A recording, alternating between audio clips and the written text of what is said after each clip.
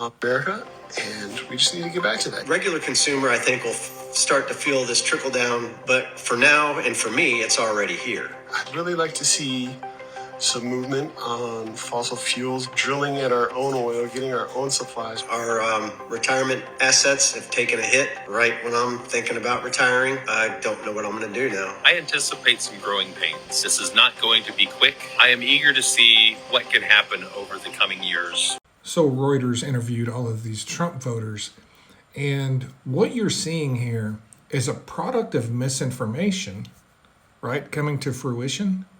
But what you're also seeing is a complete failure on anyone's part to debunk that misinformation.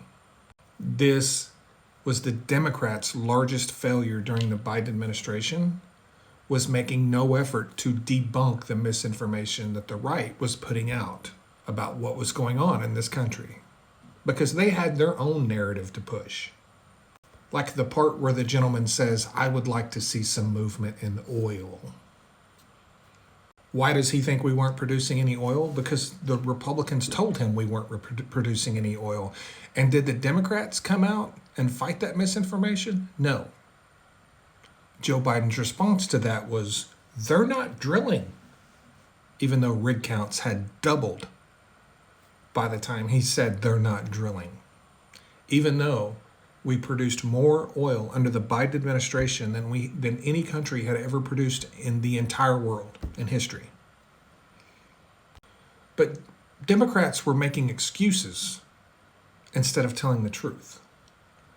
In their quest to make excuses for high gas prices, they failed to tell the people what we were actually doing in the oil and gas industry, because they were more worried about demonizing the oil and gas industry so you would buy an EV instead of just telling people the truth. Of course, people are going to believe that we weren't producing oil when there's an entire group of people telling them that, and the people on the other side are not making the argument that it's not true and just showing the people that we were.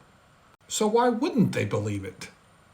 So the only thing more harmful than the misinformation itself is the complete lack of a response to the misinformation and basically allowing it to be believed. And then you have a gentleman on here saying, oh, it's just growing pains. Don't you have to be growing for there to be pains, growing pains? I think it's called shrinking pains.